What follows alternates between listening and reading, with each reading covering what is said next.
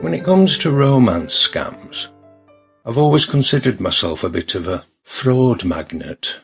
I regularly get friends requests from lonely lads in Nigeria wanting a friend, and buxom blondes in Eastern Europe, and the thought occurs, should I introduce them to each other?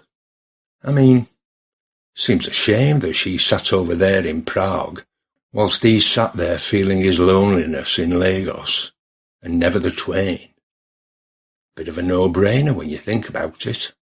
Do unto others. That's my motto.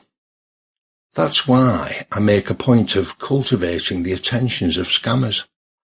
I figure if they want to waste people's time, then why shouldn't I waste theirs? At least as long as they're occupied with me, they aren't bothering anyone else. And it helps pass the time when there's nothing on the TV, like 365 days a year. I increase my chances by setting up fake female internet dating profiles. 2/3 of reported victims are, sadly, women.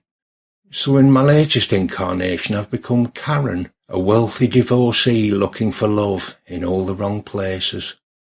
The ad goes along the lines of, recently widowed millionairess 55 seeks US soldier deployed in the Middle East with no access to FaceTime applications for friendship leading to marriage. Time wasters need not apply. Sooner than you could say ka-ching, Karen had 4 suitors, all fitting the bill. I decided to concentrate on the one who called himself Mike Smith. There was just something strangely generic about Mike Smith, and he was certainly enthusiastic.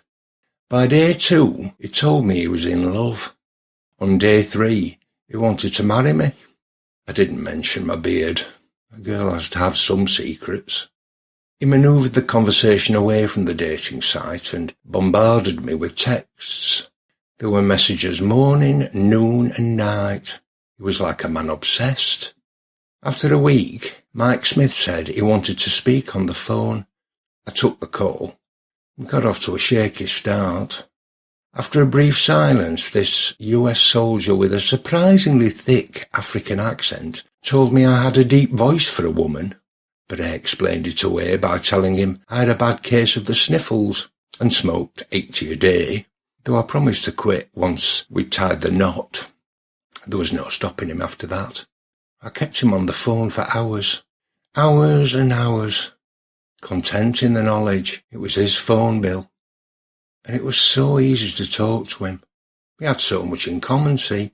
Turned out we both loved wining and dining and the finer things in life. Who knew? Moreover, he accepted me with all my faults and foibles, the uncontrollable flatulence, my hairy back. In fact, he said they made him love me more. What a charmer.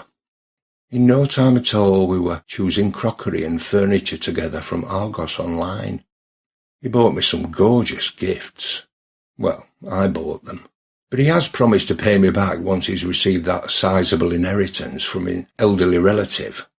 She's at death's door, poor thing. And I did get some lovely things. Then imagine my shock just over a week into this whirlwind courtship when I got the fateful text from his hospital bed with the news that, whilst out on patrol, he'd slipped on a banana skin, only to then be run over by a passing steamroller. To add insult to injury, the doctor was refusing to reinflate him without the medical bills being paid up front, and could I send him 50,000? I told him 50k was a lot of money. But he reassured me that we would soon be married and then he'd have access to all my cash, so to consider it as merely an advance. I admitted regretfully that even so it would take a few days to arrange the transfer, and could he possibly hold out that long?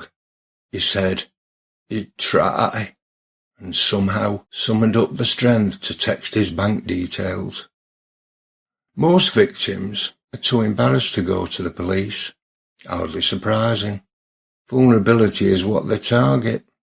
We all need an advocate at times. That's why I informed the bank in question and reported him to the dating website and to internet fraud. I never sent him the money. Never even sent him a get well card. I couldn't. Never gave me his address.